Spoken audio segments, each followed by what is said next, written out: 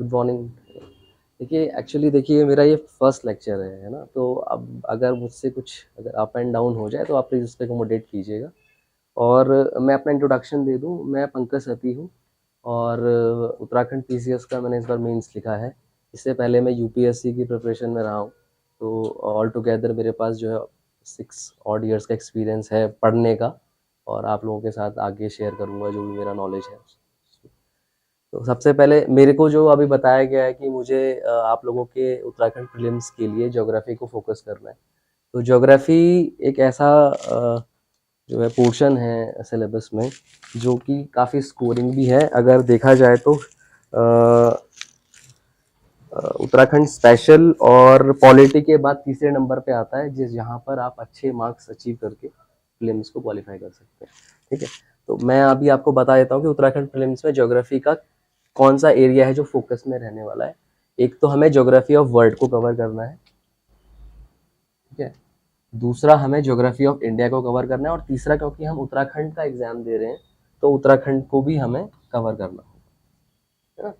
तो 3 ही पोर्शन है कि आपको मेजरली एज एन एडमिनिस्ट्रेटर पता होना चाहिए कि ज्योग्राफी ऑफ वर्ल्ड ओवरऑल क्या है।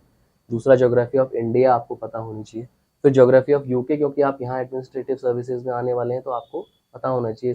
लेट्स सपोज जैसे अभी जोशीमठ का केस चल रहा है, तो आपको पता होना चाहिए कि जो अंडर जो अर्थ जो करंट्स हैं या जो भी जिस स्प्रिंग्स का जो भी हुआ है, तो आपको आइडिया होना चाहिए कि मतलब ये ज्योग्राफी है तो दीज आर दी रीजंस और ये सोल्यूशंस हो सकते हैं उसके। अब हम ये देख लेते हैं कि एक्चुअली में एग्जाम में क्वेश्चंस कितने आते हैं प्रीलिम्स में स्पेसिफिकली। देखिए 2012 में ज्योग्राफी, सोलली ज्योग्राफी, अब ज्योग्राफी ऑफ वर्ल्ड, इंडिया और उत्तराखंड मिला के 16 क्वेश्चंस थे, ठीक है। और 5 क्वेश्चंस इन्वायरमेंट, क्योंकि ज्योग्राफी और इन्वायरमेंट एक क्लब होके ही चलते हैं। तो 21 क्वेश्चंस जो है आपके प्लेन जो है वो ज्योग्राफी से थे। ये थर्ड नंबर का एरिया है जहां पर आप मतलब अच्छा फोकस करके you can achieve good marks. दूसरा फिर 2016 का देख लेते हैं।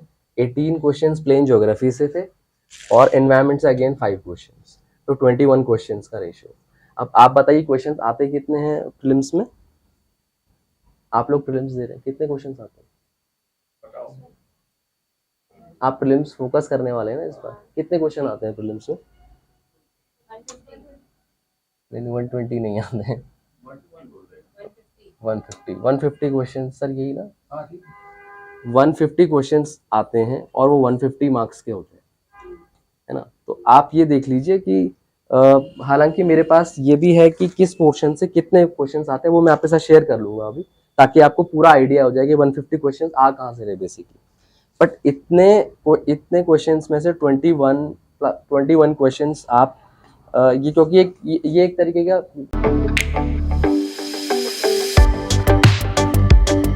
तो अच्छा, तो मैथ्स मतलब आप मैथ्स आप लोगों का रहता है ना, तो मैथ्स मैथ्स का ये एक्चुअली ज्योग्राफी को यही बोलते हैं कि ये मैथ्स के जैसा ही होता है। आप इसको थोड़ा बहुत कॉन्सेप्ट्स को सही से लेके आप बना सकते हैं अच्छे क्वेश्चन। मतलब 21 में से आप मतलब अगर ऑन एन एवरेज है तो 15 क्वेश्चंस मान के चलिए कि आप कर लेते हैं, ठीक है। अब ये वाला पोर्शन आपका रहा 2021 का जो भी पेपर था, आप उसको देखें कि ज्योग्राफी के कितने क्वेश्चंस आए थे। पेपर आज पेपर जाइएगा, पेपर देखिएगा, ज्योग्राफी के कितने क्वेश्चंस आए और एनवायरमेंट के, और मुझे बताइएगा आप कल, ठीक है। तो फिर हम इस पर डिस्कशन करेंगे और ये सारे क्वेश्चंस भी हम डिस्कस करेंगे कि कहाँ से कितने क्वेश्चन कैसे आए और किस लेवल के थे, ठीक है। अब हम चलते हैं सीधा सिलेबस पे, जो हमें कवर करना है, जो हमारा कवरेज रहेगा। अब सिलेबस में जैसे मैं आपको बताया था कि सिलेबस 3 पार्ट्स में डिवाइडेड रहेगा। एक तो ज्योग्राफी ऑफ वर्ल्ड, दूसरा ज्योग्राफी ऑफ इंडिया और ज्योग्राफी ऑफ उत्तराखंड।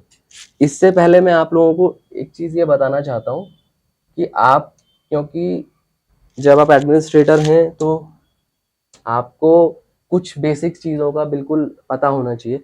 सबसे पहले तो आपको मैप ड्रॉ करना आना चाहिए। आपको पता होना चाहिए कि वर्ल्ड का मैप हम क्विकली कैसे ड्रॉ कर सकते हैं। इसकी प्रैक्टिस कीजिएगा, हालांकि मैं भी आपकी हेल्प करूंगा इसमें कि किस तरीके से हम वर्ल्ड के मैप को we can put in on a paper. दूसरा हम एक इंडिया का मैप, 3 मैप हमें आने चाहिए, क्योंकि कई क्वेश्चंस हमारे मैप से ही सॉल्व हो जाते हैं। एक जैसे वर्ल्ड का मैप, दूसरा इंडिया का मैप, और तीसरा आपका उत्तराखंड का। ये 3 मैप हमें होने चाहिए। और दूसरा ज्योग्राफी का कुछ हमारे पास लास्ट मिनट रिवीजन के लिए भी कुछ चीजें होती हैं। ये 2 चीजें मैं आपको इसलिए पहले बता रहा हूँ ताकि ये सारी चीजें आपके प्रिपरेशन के ड्यूरेशन में आपको पता रहे कि ये चीज मेरे पास है और क्विकली मेरे दिमाग में है और मैं इसको रिकॉल करके जल्दी से वो कर सकता हूँ। दूसरा, लास्ट मिनट रिवीजन नोट्स में आपके सारे नोट्स नहीं होने चाहिए, बस बेसिकली आपको वो एरियाज, जो एरियाज आप रिकॉल नहीं कर पाते, सिर्फ उतना, और वो भी बहुत कम पेजेस में, है ना। अच्छा, अब हम चलते हैं सिलेबस की तरफ। ये प्लीज आप नोट रखिएगा इस चीज का। ज्योग्राफी ऑफ वर्ल्ड, पहला हमारा ज्योग्राफी ऑफ वर्ल्ड में हम ये सीधा प्लेन वहां पे मेंशन है कि हमें ज्योग्राफी ऑफ वर्ल्ड में कवर क्या करना है। सबसे पहले इंपॉर्टेंट ब्रांचेस क्या हैं ज्योग्राफी, जैसे लेट सपोज हम जैसे जियोमॉर्फोलॉजी है, क्योंकि जब हम ज्योग्राफी की बात करते हैं तो ज्योग्राफी का मतलब ही होता है अर्थ, अर्थ से रिलेटेड। जियो मतलब जियोइड, दैट इज अर्थ, और ग्राफी का मतलब जनरली उसका वो स्टडी हो गया। तो it is a science basically जिसमें हम अर्थ की स्टडी करते हैं, ठीक है। तो आपको ज्योग्राफी ऑफ वर्ल्ड में इंपॉर्टेंट ब्रांचेस में जियोमॉर्फोलॉजी फिर में आगे आगे ब्रांचेस में है क्लाइमेटोलॉजी, ओशियनोग्राफी। ओशियनोग्राफी में हम ओशन, बेसिकली जियोमॉर्फोलॉजी में हम अर्थ को पढ़ेंगे कि अर्थ का स्ट्रक्चर कैसा है। क्लाइमेटोलॉजी में हम पढ़ेंगे हमारा क्लाइमेट कैसे काम करता है, एटमॉस्फेरिक चीजें क्या हैं। और तीसरा हम जो है इसमें ओशियनोग्राफी, ओशियन रिलीफ और ओशियन के जो स्ट्रक्चर्स हैं। फिर इसमें जनरली क्वेश्चंस बहुत कम आते हैं प्रीलिम्स में, लेकिन आने के चांसेस रहते हैं। जैसे इकोनॉमिक ज्योग्राफी, तो वो भी एक ब्रांच है, उसको भी हम अभी डाल लेते हैं, इकोनॉमिक। फिर एक पोर्शन जो है हम एडिशनल रख के चलेंगे कि अगर करंट का कोई मुद्दा चल रहा है तो वो भी ब्रांचेस में ले लेंगे कि करंट में क्या चल रहा है। बट ये तीनों के लिए, कि वर्ल्ड में ज्योग्राफी में करंट में कोई इशू था क्या, इंडिया में था क्या, या उत्तराखंड में था क्या, तो उसको भी हम यहाँ डाल लेते हैं कि करंट का कोई डेवलपमेंट है क्या इसमें। जैसे उत्तराखंड में अभी रिसेंटली आप बता सकते हैं कि कौन सा करंट में इशू चल रहा है ज्योग्राफी से रिलेटेड? हाँ, जोशीमठ का चल रहा है। और दूसरा अभी अर्थक्वेक का एक एनालिसिस आया था कि जिसमें सारे डिस्ट्रिक्ट्स हमारे जो हैं वो सारे अर्थक्वेक प्रोन है और 4 और 5 जोन में है ना।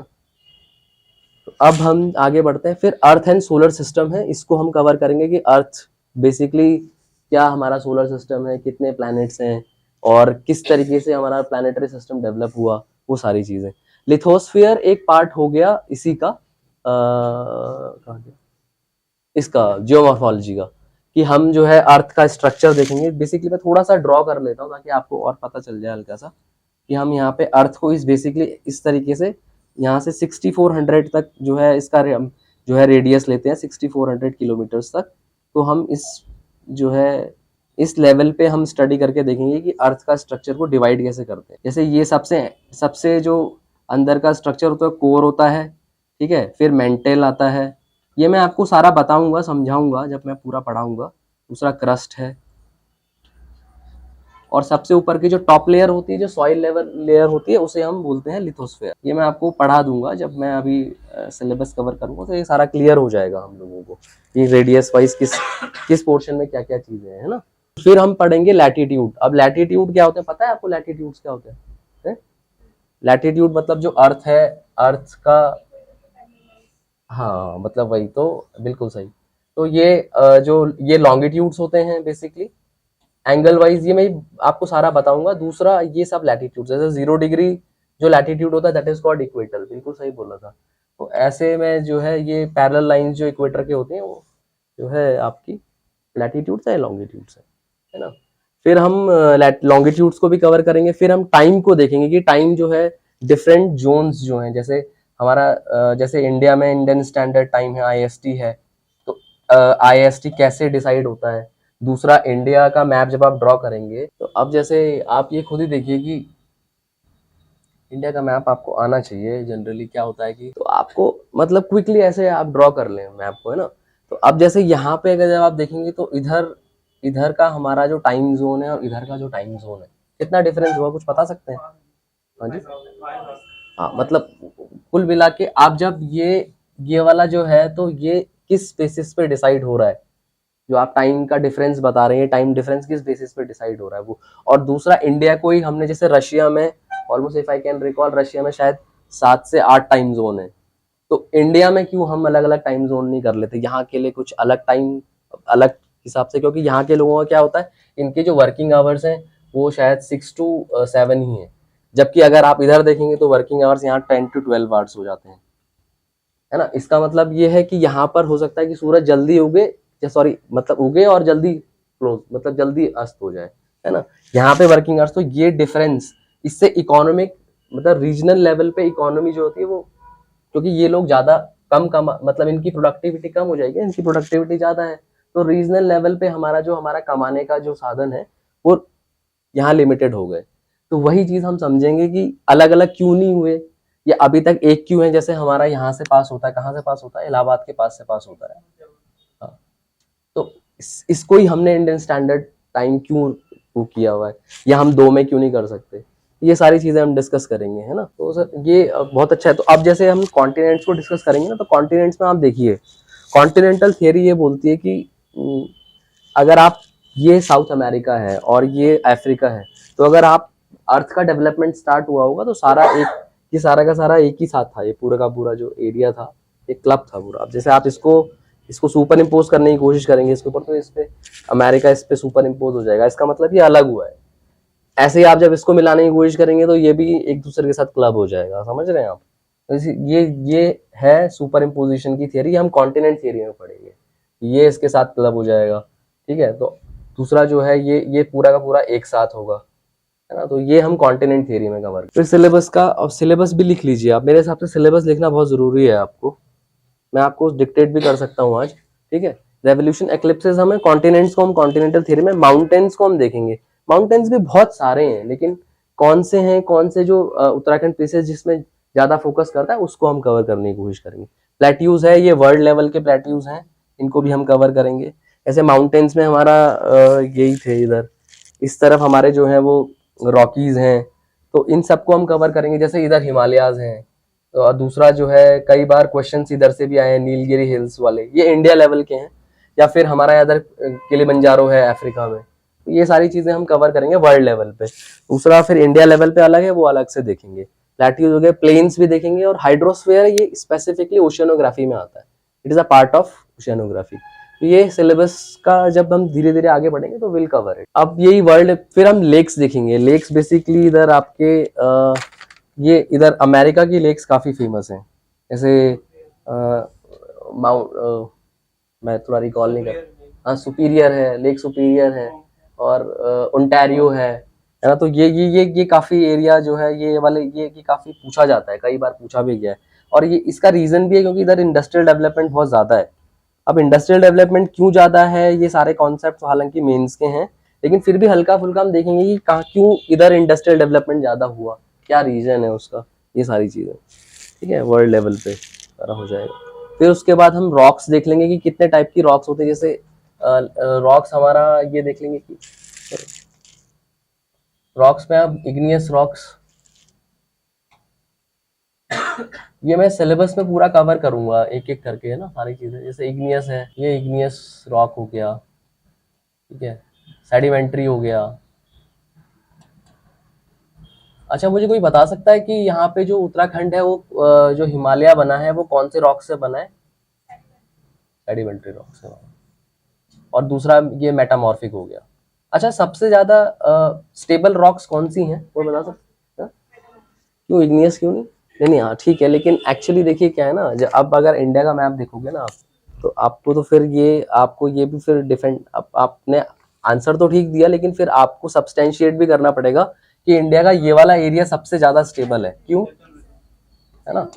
हाँ, तो बेसाल्टिक जो मतलब जब हमारा गोंडवाना, अब ये वही वाली बात है, फिर वर्ल्ड लेवल पे आ जाएंगे हम, कि जब इंडिया इधर से इधर ट्रेवल कर रहा था ना इस तरफ से गोंडवाना लैंड से, तो यहाँ पर जब ये इस पोर्शन में रहा होगा, तो यहाँ पर जो है वोल्केनिज्म की वजह से लावा जो है इस एरिया में इकट्ठा हो गया, और वो बेसाल्टिक शीट्स के फॉर्म में है, अब वो ट्रैवल करके यहाँ पहुंच गया। तो अब इसीलिए this is a very stable part. अच्छा, मिनरल्स सबसे ज्यादा कहाँ पर है, तो बता सकता है मुझे कि इंडिया का मिनरल्स सबसे ज्यादा किस जगह पर? हाँ, मतलब आपने जो ने काफी पढ़ा हुआ है। हाँ, मतलब इस पोर्शन में, मतलब आपसे पोर्शन पूछा तो ये वाला पोर्शन सबसे ज्यादा, इस वाले पोर्शन में कोल और मिनरल सबसे ज्यादा पाए जाते हैं। क्यों? हाँ नहीं नहीं वो तो है खैर, लेकिन रीजन क्या है कि इस पोर्शन में सबसे ज्यादा मिनरल्स हैं। और दूसरा, मिनरल्स सबसे ज्यादा, लेकिन आप ये देखिए ना, चैलेंजेस ये हैं कि सबसे कम डेवलप भी यही है। पता है आपको ये चीज? छत्तीसगढ़, झारखंड और ये सबसे कम डेवलप भी है, जबकि रिसोर्सेस के मामले में ये स्टेट्स टॉप करते हैं लिस्ट को। क्यों? वो फिर आ जाती है रीजनल डिस्पैरिटी की बात, कि हम जो है फिर डेवलपमेंट हो रहा है किधर, इधर, या फिर महाराष्ट्र में, है ना, या फिर आप कुछ एक जैसे इधर। तो ये सारी चीजें भी हम पढ़ेंगे ज्योग्राफी में कि रीजन क्या है, रीजनल डिस्पैरिटीज के क्या रीजन, तो बेसिकली क्या रीजंस की वजह से इस जगह ज्यादा डेवलपमेंट है, लेकिन रिसोर्सेज में ये ज्यादा है, मिनरल रिच ये ज्यादा है ना। तो ये सारी चीजें भी देखी जाएंगी बाद में।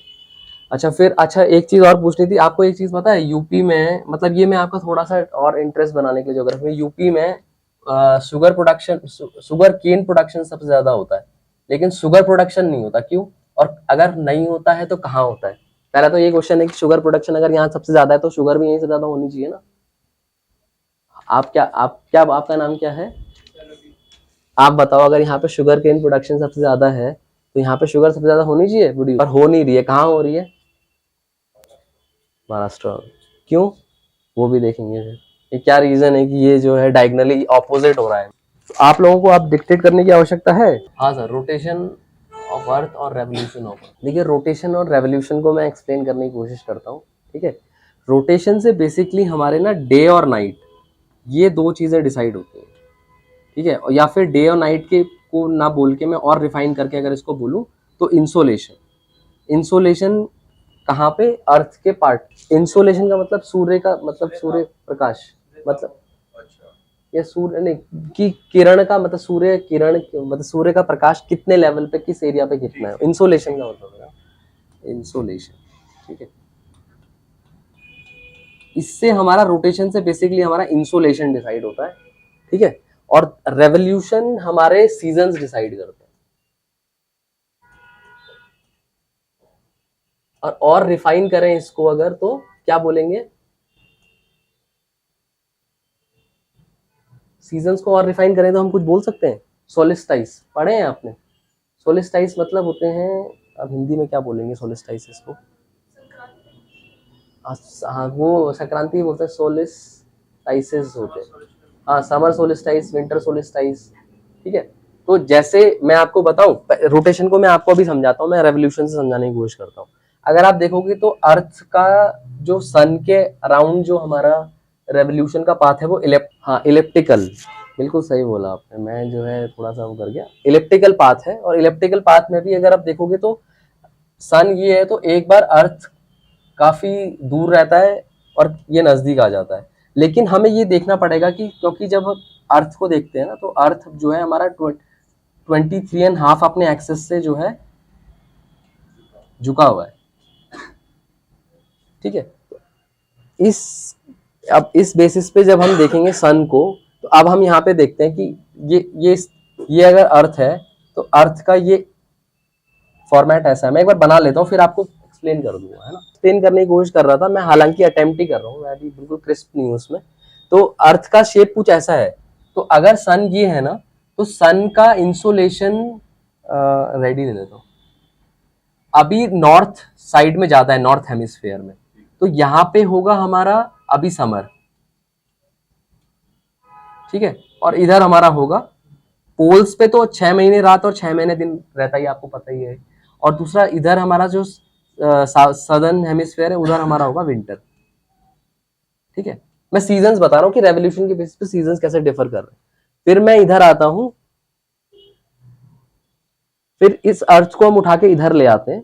तो अगर आप इधर देखेंगे तो अब अर्थ पे इंसोलेशन ऐसा है, तो ये मे बी रीजन हो सकता है अब सोलिस्टाइस का। पर हाँ, मैं अभी ये बता नहीं सकता हूँ कि अभी कौन सा सोलिस्टाइस, कल मैं आपको रेफर करके। हाँ बिल्कुल बिल्कुल, तो इक्विनॉक्सेस है ये यहाँ पे इस जगह पे, क्योंकि जब हमारा इंसोलेशन शायद इक्वल हो रहता है तो इक्विनॉक्सेस होते हैं, इधर हमारा सोलिस्टाइस होते हैं। और नॉर्थ के बेसिस पे तो ये समर सोलिस्टाइस हो गया, और जब हमारा ये इधर ये कौन सा इक्विनॉक्स होगा ये भी मैं आपको, ऐसे ही है ना, अटम अटम ने इक्विनॉक्स है ना। फिर उसके बाद जब हम इस जगह पे लेके आते हैं तो रेवोल्यूशन में के बेसिस पे अगर अर्थ हमारी इधर आती है तो अब यहाँ पर हमारा जो है इंसोलेशन ज्यादा है, तो समर में यहाँ पे सदर्न हेमिस्फीयर में समर हो जाएगा और इधर हमारा जो है विंटर हो जाएगा। तो ये कौन सा इक्विनॉक्स हुआ फिर, सॉरी ये कौन सा, ये विंटर, तो ये विंटर सोलिस्टाइस हो गया, है ना। तो ये समर सोलिस्टाइस हो गया और ये विंटर सोलिस्टाइस हो गया। और जब हम फिर दोबारा से इधर अगर अर्थ को लेके आते हैं तो यहाँ पे फिर से हमारे जो है, तो ये हमारा कौन सा इक्विनॉक्स हो गया, स्प्रिंग। तो ये आप क्या बता रही थी मुझे बताइए, 21 सितंबर। तो ये सीजन्स है बेसिकली, हालांकि ठीक है मुझे थोड़ा सा समय लगेगा इसको रिकॉल करने में, बट मैं समझा सकता हूँ कि भाई ठीक है, रीजन ये है कि इंसोलेशन का डिफरेंस, रेवोल्यूशन के बेसिस पे इंसोलेशन डिफर करते हैं, तो इस बेसिस पे हमारे जो है दूसरा। अब रोटेशन के बेसिस पे मैंने इंसोलेशन बताया था कि वो अर्थ के किसी पर्टिकुलर पार्ट पे, जैसे ये हमारा अगर अर्थ का ये है, एक मिनट है, हाँ यहाँ पे आपका 22 जून को सबसे बड़ा दिन होगा, मतलब हमारा मॉर्निंग से लेके इवनिंग का जो इंसोलेशन लाइट जो होगा ना सन का मैक्सिमम होगा, बिल्कुल बिल्कुल। तो आगे क्वेश्चन, जब हमारी अर्थ जो है वो सन के बहुत क्लोज होती है, that is called perihelion, aphelion. और ये जब वो देखिए ये वाले फैक्ट्स मैं आपको ना एक बार पढ़ के आपको क्लियर कर, नोट से नोट कराएंगे ना, मैं आपको ना वो सारी चीजें एक बार रेफर करके जो जो फैक्ट वाले जो डेटा है ना वो मैं आपको एक बार बता दूंगा। लेकिन यहाँ पे आपको कॉन्सेप्ट बता सकते हैं कि भाई इंसोलेशन डिफरेंस की वजह से जो है आपको ये सारी डेट्स हैं, इनके बेसिस पे आपके पास वो है। वैसे ही आपका जो रोटेशन के बेसिस पे वो डे एंड नाइट जो है हमारा पर डे के बेसिस पे इंसोलेशन डिफर करता है। और दूसरा ये भी होता है कि भाई ठीक है, क्योंकि रोटेशन जो है वो अर्थ का रोटेशन ही डिसाइड करता है हमारे सैटेलाइट्स लॉन्च को भी, क्योंकि अब आपने देखा होगा कि सैटेलाइट हम यहाँ मतलब उत्तराखंड से क्यों नहीं लॉन्च कर सकते हैं, क्यों हम जो है वो जो है वही थुम्बा या फिर जो रेंज जो केरला में है वहीं से करते हैं, रीजन क्या है उसका, तो वो रोटेशन है। क्योंकि हमारा जो एक फोर्स होता है ना कि हाँ कोरोलिस नहीं, हिंदी में बोलते हैं पलायन वेग, शायद आप हाँ नहीं प्रोजेक्टाइल नहीं, पलायन का है एस्केप वेलोसिटी। तो पलायन वेग को मतलब, तो एस्केप वेलोसिटी को ओवरकम करने के लिए आपको इक्वेटर के जितने नजदीक होगा आपका, मतलब इक्वेटर के जितने पास आपका वो सेंटर होगा, लॉन्च सेंटर होगा, वो जो है वो बेस्ट रहेगा। तो इसीलिए अगर आप देखोगे तो अगर हम देखें तो इंडिया जो है वो इक्वेटर के कहीं इस ये वाला पोर्शन इक्वेटर के पास पड़ता है, इसीलिए हम यहाँ से लॉन्च करते हैं, रीजन बिंग यार, इसीलिए हम हाँ ये जो है अगर आप देखो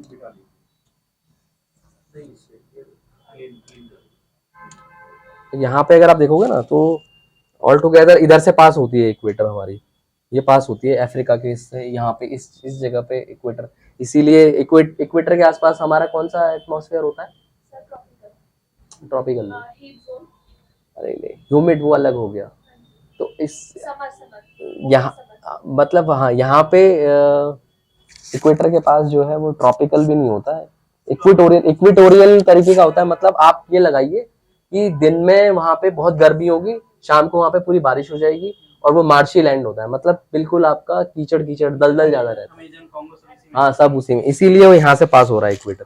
तो इक्वेटर के जितने नजदीक होगा ना हमारा सेंटर, वो एस्केप वेलोसिटी में उतना हेल्प होता है, मतलब क्योंकि अर्थ का रोटेशन वेस्ट टू ईस्ट है, ये ईस्ट टू वेस्ट नहीं नहीं, देखिए पता क्या है मैं आपको सही बताऊं, देखिए एक्चुअली क्या होता है ना, जब हम रीजन क्या है, अब जब डिस्कशन हो ही रहा है तो यही देख लेते हैं। हमारा जो अर्थ का रेवोल्यूशन मतलब रोटेशन का जो वो है वो वेस्ट टू ईस्ट है, मतलब अर्थ ऐसे वो है। तो जब हमें यहाँ से मतलब सैटेलाइट को लॉन्च करना होगा तो हम अपोजिट में नहीं कर सकते, हमको इसके ही साथ में करना है, क्योंकि अगर आप अपोजिट में कर दोगे तो अपोजिट में आप अलग से उसको फोर्स कर रहे हो, तो आप ऐसे करोगे। तो इसीलिए आप देखोगे तो जो भी हमारे वो होंगे ना वो ऐसे होंगे, इस तरीके से, ऐसे इस तरीके से बाहर निकलते हैं, ऐसे ऐसे ये, ताकि वो अर्थ के ही ऐसे एकदम से नहीं निकल जाता, हमारा में लगता है कि ऐसे गया और ऐसे निकल गया, वो एक्चुअली में अर्थ के साथ वो कर रहा होता है। और अर्थ का रोटेशन बहुत ज्यादा है, मेरे को फिगर याद नहीं है, बहुत ज्यादा रोटेशन है। हमको लगता है हम यहाँ पे हैं क्योंकि ये यहाँ पे हम इस जगह पे पॉइंट, क्योंकि हम अर्थ में है ना तो हमें लगता नहीं है, अदरवाइज हम बहुत ज्यादा है। हाँ, मतलब पर मिनट बहुत ज्यादा रोटेशन है। तो वो मैं आपको फिगर बताऊंगा, इसीलिए लॉन्च भी, ये कई सारे फिगर्स हैं, कई फैक्ट्स हैं जो डिस्कशन में आएंगे तो हम करेंगे और सिलेबस के हिसाब से पूरा करने की कोशिश करेंगे। ठीक है।